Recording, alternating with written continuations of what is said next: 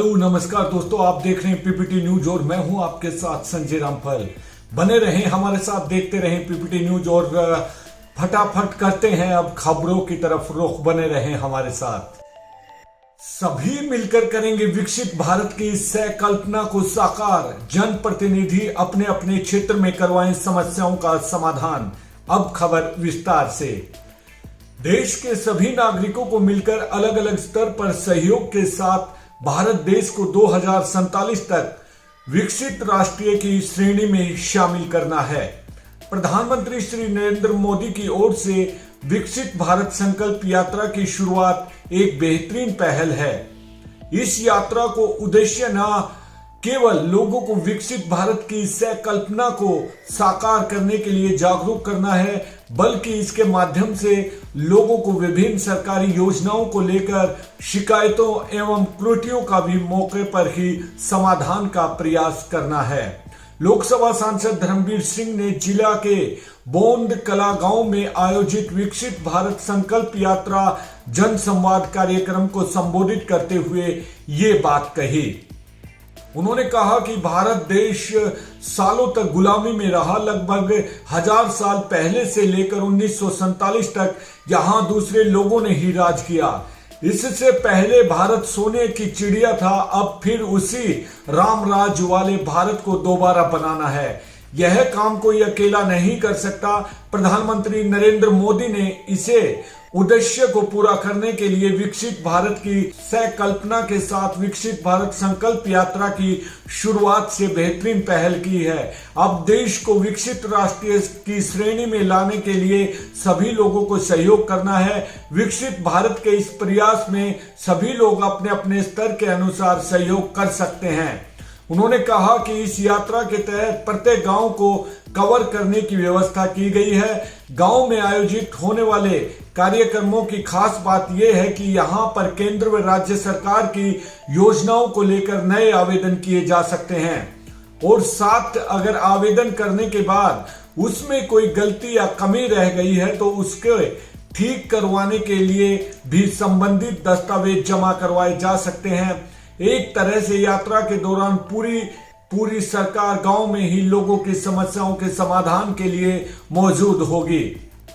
इससे लोगों की समस्याओं के समाधान के साथ उन्हें कहीं दूसरी जगह के चक्कर ना लगाने पड़ेंगे। सांसद ने जिले के सभी जनप्रतिनिधियों से कहा कि सभी मिलकर अपने अपने क्षेत्र में यात्रा के दौरान लोगों की समस्याओं के समाधान में सहयोग करें। सांसद ने यह भी कहा कि सामाजिक तौर पर सकारात्मक बदलाव लाना सबकी जिम्मेदारी है। सरकार भी प्रत्येक समाज की भलाई के लिए लगातार काम कर रही है। शिक्षा और स्वास्थ्य को प्राथमिकता के आधार पर देखा जा रहा है। सरकार की कार्यप्रणाली में भी अहम बदलाव किए जा रहे हैं ताकि लोगों को कोई परेशानी ना हो। विकसित भारत संकल्प यात्रा के दौरान सबको प्रण लेना होगा कि देश को मजबूत करने में अपना सहयोग देंगे और भारत को 2047 तक विकसित राष्ट्र बनाएंगे। इस अवसर पर विधायक सोमवीर सांगवान ने कहा कि सरकार ने ऑनलाइन प्रणाली को लागू करके लोगों को दफ्तरों के चक्कर काटने से बचाया है। इसको लेकर जागरूकता भी लाई जा रही है। सरकार हर स्तर पर लोगों को बेहतरीन सुविधाएं उपलब्ध कराने का प्रयास कर रही है। लोगों को उनका हक दिलाने के लिए सरकार की ओर से लगातार काम किया जा रहा है। यात्रा पूनम देवी के जीवन में लेकर आई खुशियां। यात्रा के शुभारंभ पर आयोजित कार्यक्रम में गांव की ही महिला पूनम देवी पत्नी नेत्रपाल भी पहुंची। यह कार्यक्रम उनके जीवन में खुशियां लेकर आया। उनको मौके पर ही प्रधानमंत्री उज्ज्वला योजना के तहत गैस का कनेक्शन उपलब्ध करवाया गया और उन्हें सिलेंडर, चूल्हा, रेगुलेटर, पाइप आदि मुफ्त दिए गए।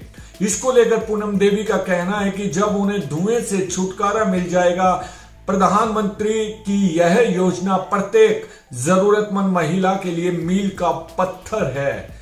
आयुष्मान योजना का लाभ लेने वाले गांव के ही नागरिक सुरेंद्र सिंह ने भी अपना अनुभव साझा किया। उनका कहना था कि अगर आयुष्मान योजना नहीं होती तो शायद उनकी जान नहीं बच पाती। कुछ दिन पहले उनको दिल की बीमारी का पता चला और आयुष्मान योजना के तहत उनका इलाज मुफ्त हो गया। इस इलाज के लिए अस्पताल में 3,20,000 रुपए का खर्च आना था। कार्यक्रम में उपायुक्त मनदीप कौर, अतिरिक्त उपायुक्त डॉक्टर जयेंद्र सिंह, जिला परिषद के चेयरमैन मनदीप डालावास, भाजपा जिला अध्यक्ष तेंद्र परमार, सरकारी समितियों के चेयरमैन सुधीर चांदवास, HPSC के पूर्व सदस्य एवं सेवानिवृत्त IS Kanwar RP Singh, CEO जिला परिषद प्रदीप कौशिक, सुनील इंजीनियर, पप्पू सांजरवास, अतर सरपंच पंकज गुज्जर, अशोक कादमा सहित विभिन्न विभागों के अधिकारी व कर्मचारी भी इस कार्यक्रम में मौजूद रहे। मेरे परिवारजनों, 15 नवंबर को जब ये यात्रा शुरू हुई थी, और आपको याद होगा भगवान बिरसा मुंडा की जन्म जयंती पर शुरू हुआ था, जनजातीय गौरव दिवस था उस दिन, और मैंने झारखंड के दूर सुदूर जंगलों में एक छोटी सी जगह से इस काम का आरंभ किया था। वरना मैं यहाँ बड़े विज्ञान भवन में या भारत मंडपम में या यशोभूमि में बड़े ठाट बाट से कर सकता था, लेकिन मैं ऐसा नहीं किया। चुनाव का मैदान छोड़ करके मैं खूंटी गया, झारखंड गया, आदिवासियों के बीच गया और इस काम को आगे बढ़ाया। और जिस दिन ये यात्रा शुरू हुई थी तब मैंने एक और बात कही थी। मैंने कहा था कि विकसित भारत का संकल्प 4 अमृत स्तंभों पर मजबूती के साथ टिका है। ये अमृत स्तंभ कौन से हैं, इसी पर हमें ध्यान केंद्रित करना है। एक अमृत स्तंभ है हमारी नारी शक्ति, दूसरा अमृत स्तंभ है हमारी युवा शक्ति, तीसरा अमृत स्तंभ है हमारे किसान भाई बहन, चौथी अमृत शक्ति है हमारा गरीब परिवार। मेरे लिए देश की सबसे बड़ी 4 जातियां हैं। मेरे लिए सबसे बड़ी जाति है गरीब, मेरे लिए सबसे बड़ी जाति है युवा, मेरे लिए सबसे बड़ी जाति है महिलाएं, मेरे लिए सबसे बड़ी जाति है किसान। इन 4 जातियों का उत्थान ही अगर भारत को विकसित बनाएगा, और अगर 4 का हो जाएगा ना, इसका मतलब सबका हो जाएगा। इस देश का कोई भी गरीब, चाहे वो जन्म से कुछ भी हो, मुझे उसका जीवन स्तर सुधारना है, उसे गरीबी से बाहर निकालना है। इस देश का कोई भी युवा, चाहे भी उसकी जाति कुछ भी हो, मुझे उसके लिए रोजगार के, स्वरोजगार के नए अवसर देने हैं। इस देश की कोई भी महिला, चाहे उसकी जाति कोई भी हो, कुछ भी हो, मुझे उसे सशक्त करना है, उसके जीवन से मुश्किलें कम करनी है, उसके सपने जो दबे पड़े हैं ना, उन सपनों को पंख देनी है, संकल्प से भरना है, और सिद्धि तक उसके साथ रह करके मैं उसके सपने पूरे करना चाहता हूं। इस देश का कोई भी किसान, चाहे उसकी जाति कुछ भी हो, मुझे उसकी आय बढ़ानी है, मुझे उसका सामर्थ्य बढ़ाना है, मुझे उसकी खेती को आधुनिक बनानी है, मुझे उसकी खेती में जो चीजें उत्पादित होती है उसकी मूल्य वृद्धि करनी है। गरीब हो, युवा हो, महिलाएं हो और किसान, ये 4 जातियों को मैं जब तक मुश्किलों से उबार देता नहीं हूं, मैं चैन से बैठने वाला नहीं हूं। बस आप मुझे आशीर्वाद दीजिए ताकि मैं उतनी शक्ति से काम करूं कि इन 4 जातियों को सारी समस्याओं से मुक्त कर दूं। और ये 4 जाति जब सशक्त होगी तो स्वाभाविक रूप से देश की हर जाति सशक्त होगी। जब ये सशक्त होंगे तो पूरा देश सशक्त होगा। जिस तरह से लोग विकसित भारत रथों का स्वागत कर रहे हैं, जिस तरह से रथ के साथ चल रहे हैं, जो हमारे सरकार के काम करने वाले मेरे कर्मयोगी साथी हैं, कर्मचारी भाई बहन हैं, उनको भी भगवान की तरह लोग स्वागत कर रहे हैं। जिस तरह युवा और समाज के हर वर्ग के लोग विकसित भारत यात्रा से जुड़ रहे हैं, जहां जहां के वीडियो मैंने देखे हैं, वो इतने प्रभावित करने वाले हैं, इतने प्रेरित करने वाले हैं।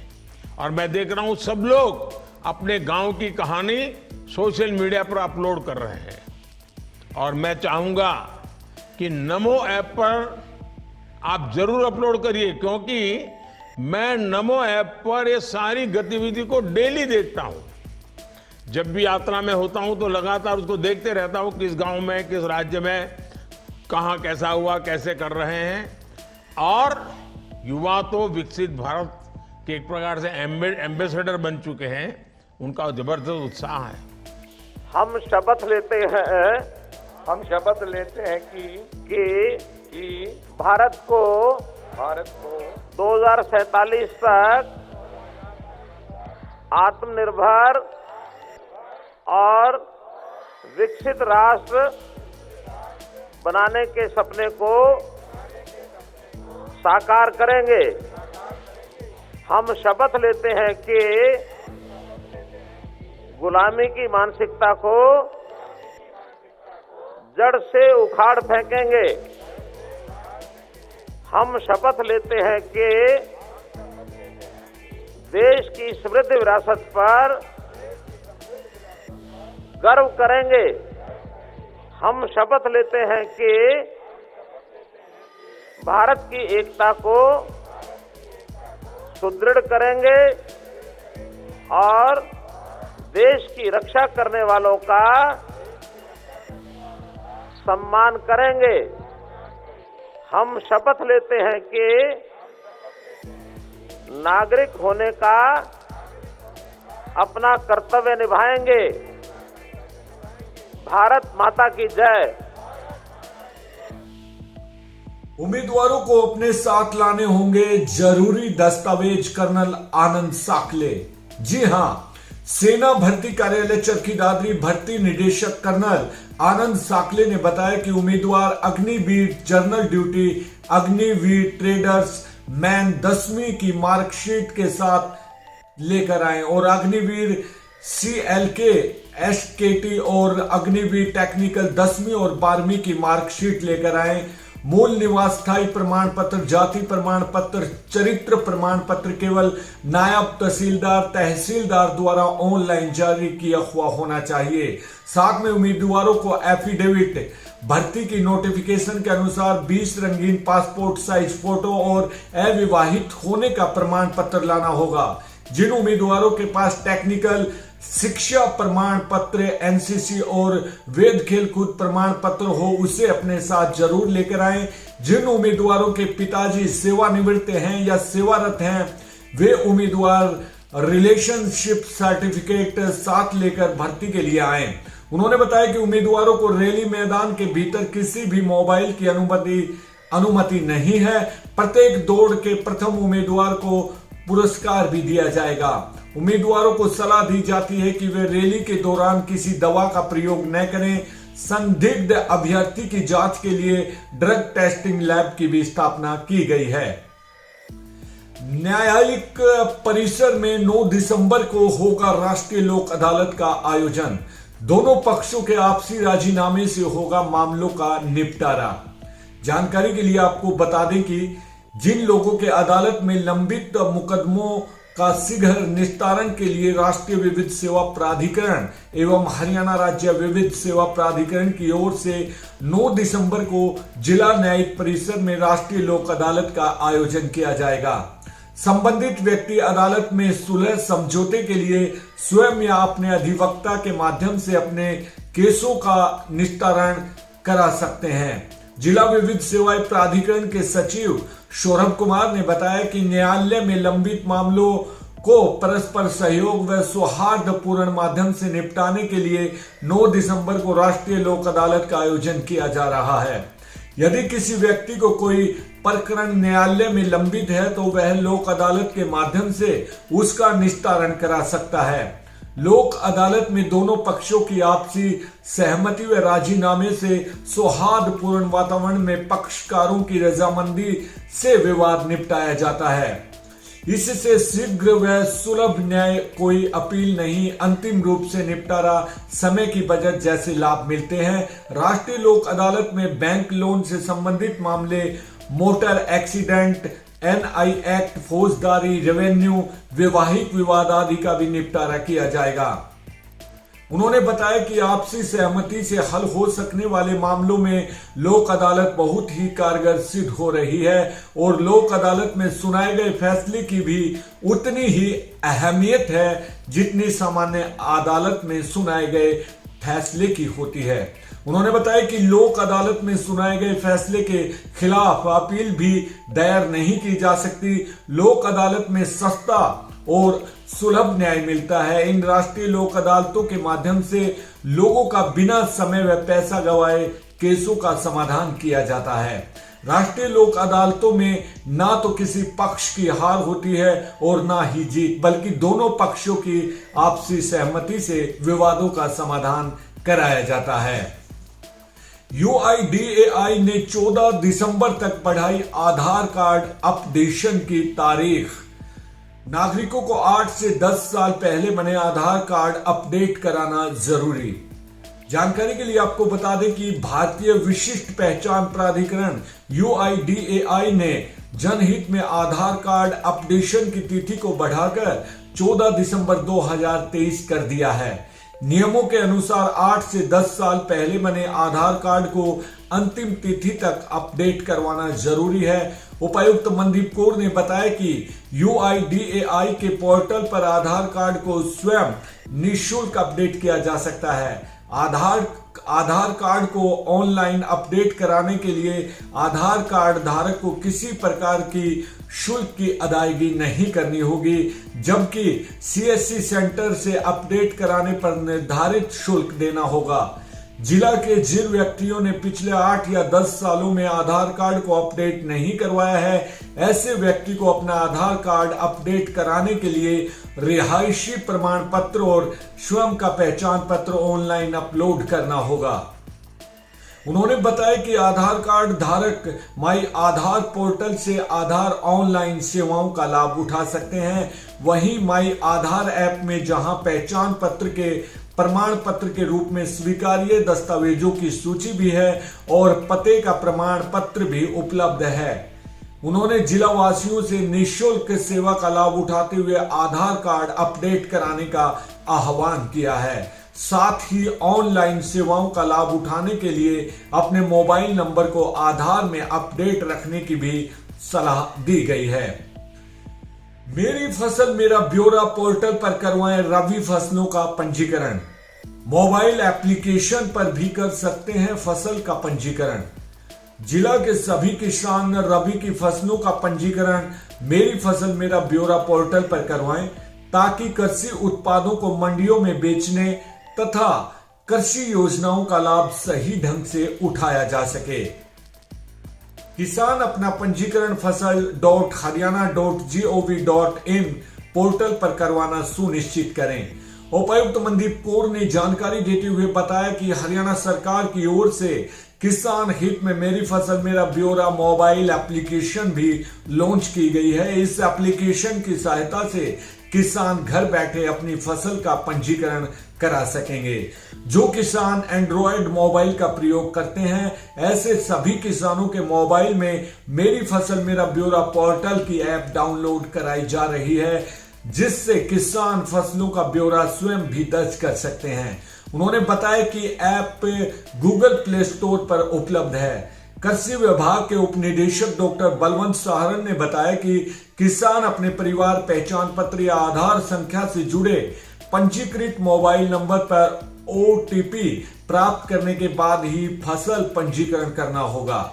उन्होंने कहा कि परिवार पहचान पत्र या आधार संख्या से जुड़ा हुआ मोबाइल नंबर सही काम नहीं कर रहा है तो अपने किसी भी नजदीकी कॉमन सर्विस सेंटर पर जाकर अपना सही मोबाइल नंबर दर्ज कराएं, ताकि OTP आने और फसल पंजीकरण में किसानों को किसी प्रकार की कोई समस्या या दिक्कत ना आए।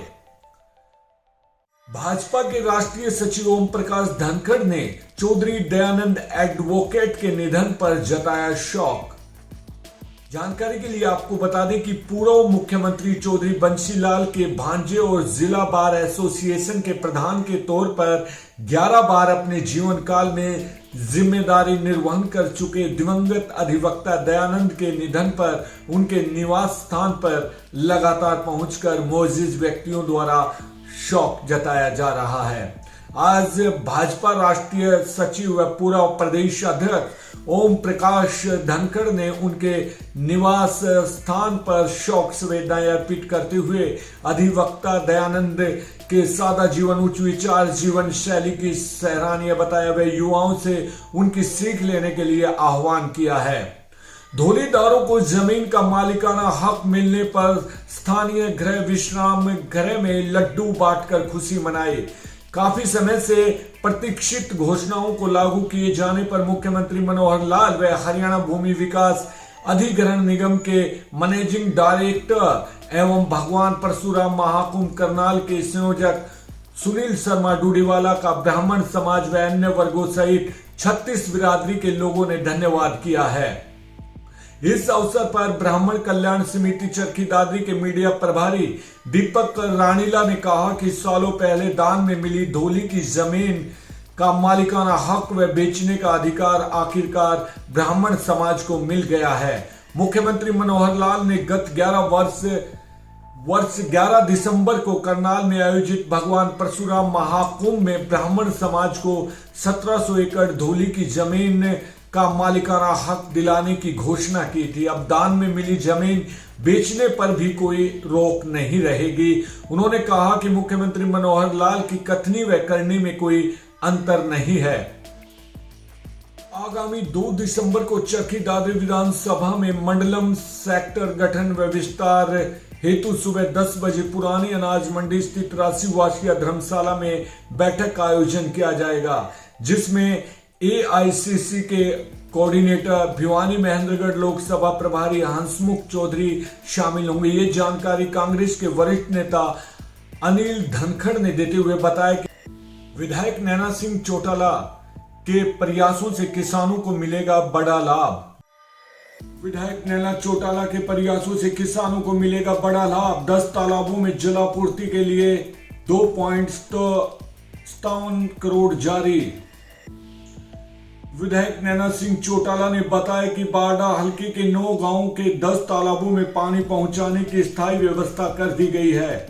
तालाबों तक पानी पहुंचाने के लिए गांव के पास से गुजरने वाली नहर से सीधी पाइपलाइन लगाई जाएगी, जिससे समय समय पर तालाबों में जलापूर्ति की जा सकेगी और पशुओं के लिए पानी की किल्लत से जूझ रहे किसानों को बड़ा लाभ मिलेगा। विधायक नैना सिंह चौटाला ने बताया कि प्रदेश सरकार ने बारडा हलके के 10 तालाबों तक पानी पहुंचाने के लिए 2,56,64,000 रुपए का बजट स्वीकृत किया है।